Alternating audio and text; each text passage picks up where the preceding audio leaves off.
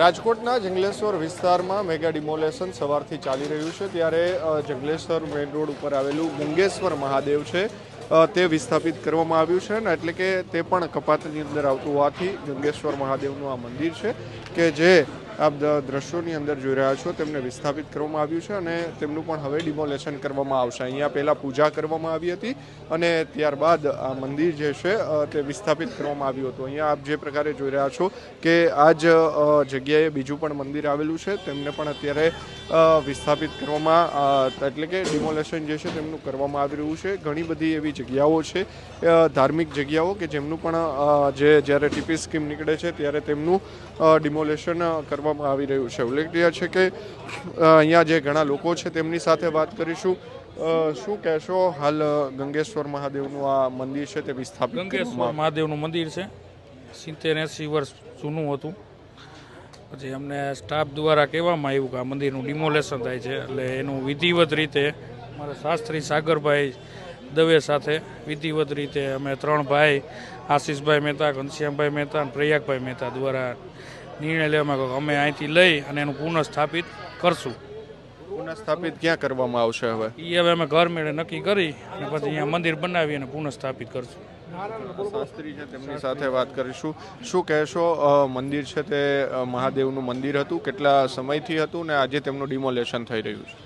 શાસ્ત્રમાં લખેલું છે કે જ્યારે કોઈ પણ મંદિરનું આપણે નવનિર્માણ કરતા હોય, જગ્યા આજ જીર્ણોદ્ધાર કરવા માટે જગ્યા જૂની થઈ ગઈ હોય તો શાસ્ત્રમાં લખ્યું છે કે ચાલન વિધિ દ્વારા એ કળશમાં ભગવાનના પાછા પ્રાણશક્તિ ચૈતન્ય મંત્ર દ્વારા એમને અર્પણ કરી અને અહીંયાથી શિવલિંગ આખું ભગવાનનું પાછું આજ પરિવાર દ્વારા અને અમારા પીઆઈ સાહેબ, અમારા ભક્તિનગર પીઆઈ સરવૈયા સાહેબ દ્વારા એ સરસ મજાનું પાછું નવ નિર્માણ થશે। આ તંત્રનો પણ સાથ છે। જંગલેશ્વરના બધા લોકોએ આજે આ સરસ મજાનું આજે એને સાચવી રાખ્યું છે કારણ કે આ બધી કોમી એકતાનું એક ઉદાહરણ છે। અહીંયા બધા લોકોએ એકબીજાના મનને બરોબર રીતે સાચવતા, આજે મસ્જિદ હોય કે મંદિર હોય એને બરોબર જાળવતા હતા તો આ જૂનું મંદિર એનો પણ કંઈક એવો ફાળો હશે એ લોકોનો કે અહીંયા સુધી ટક્યું છે। તો એ સંસ્કૃતિને જાળવીને આજે અમે એ જ રીતે વિધિ વિધાન દ્વારા અમારા ઘનશ્યામભાઈ મહેતા એ પરિવાર દ્વારા પાછું પુનઃ પ્રસ્થાપિત એવું પણ દાદાની ઈચ્છા હશે કે ભવ્ય મંદિર બને તો એના માટે આજે અમે ચાલન વિધિ કરીને ભગવાનનું પ્રસ્થાપિત પુનઃ જે જગ્યાએ કરવામાં આવશે એ ભગવાનની પ્રાણ પ્રતિષ્ઠાથી બેસાડવામાં આવશે। ક્યાં કરવામાં આવશે એવું કાંઈ હાલ નક્કી કરવામાં આવ્યું? ત્યારે પરિવારના સભ્ય દ્વારા નક્કી કરીને પછી એ નક્કી કરવામાં આવશે કે કઈ જગ્યાએ ભગવાનને પાછા બિરાજમાન કરવા।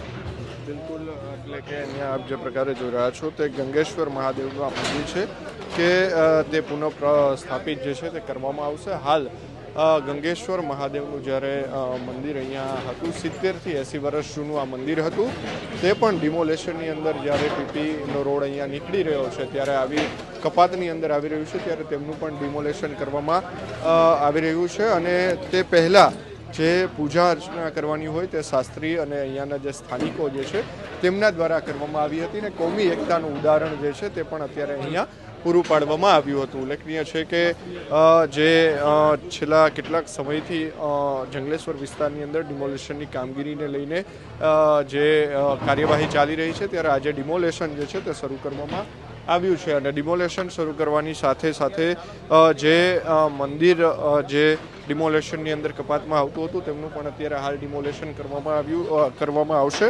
આપ જે પ્રકારે આ દ્રશ્યો જોઈ રહ્યા છો કે અહીંયા જે બીજું નાનું મંદિર હતું જે ગંગેશ્વર મહાદેવના જે બાજુમાં આવેલું છે તેમનું પણ અત્યારે ડિમોલેશન કરવામાં આવી રહ્યું છે।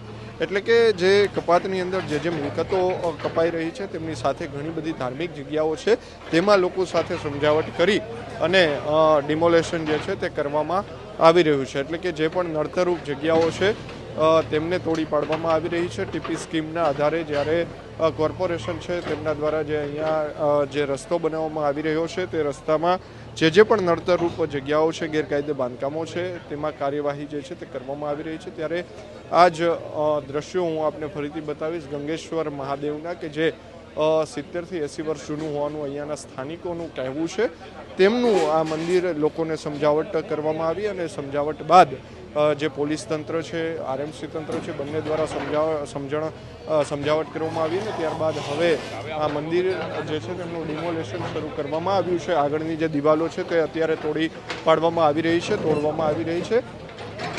70 વર્ષથી અહીંયા પૂજા અર્ચના જે છે તે ગંગેશ્વર મહાદેવની થતી હતી, પરંતુ જ્યારે ડિમોલેશનની કાર્યવાહી ચાલી રહી છે અને મેઇન રોડ ઉપર જ આ મંદિર જ્યારે આવી રહ્યું છે ત્યારે આ મંદિરનું હાલ જે વિસ્થાપિત કરવામાં આવ્યું છે અને ફરી એક વખત સ્થાપના જે છે તે અહીંયાના જે સ્થાનિક લોકો છે તેમના દ્વારા કહેવામાં આવશે, ત્યારે ફરી એક વખત પુનઃ સ્થાપિત જે છે તે અલગ જગ્યાએ મહાદેવના જે શિવલિંગ છે તેમનું કરવામાં આવશે. ઉલ્લેખનીય છે કે 70 થી 80 વર્ષ જૂનું આ મંદિર છે, ત્યારે પોલીસની સમજાવટથી હવે આ મંદિરનું પણ ડિમોલેશન હાલ થઈ રહ્યું છે. ઉલ્લેખનીય છે કે આ પ્રકારની અનેક ધાર્મિક જગ્યાઓ છે કે જે કપાતની અંદર આવી રહી છે અને આ કપાતમાં ગંગેશ્વર મહાદેવ મંદિર જે છે તેનું સ્થાપિત કરી પૂજા અર્ચના કરી પોલીસની સમજાવટ બાદ અને હાલ અત્યારે આપણે દ્રશ્યો જોયા કે તેમનું પણ ડિમોલેશન હવે કરવામાં આવી રહ્યું છે. કેમેરા પર્સન કેવિન નિમાવત સાથે મયુર સરવૈયા, સ્વરાજ મીડિયા, રાજકોટ.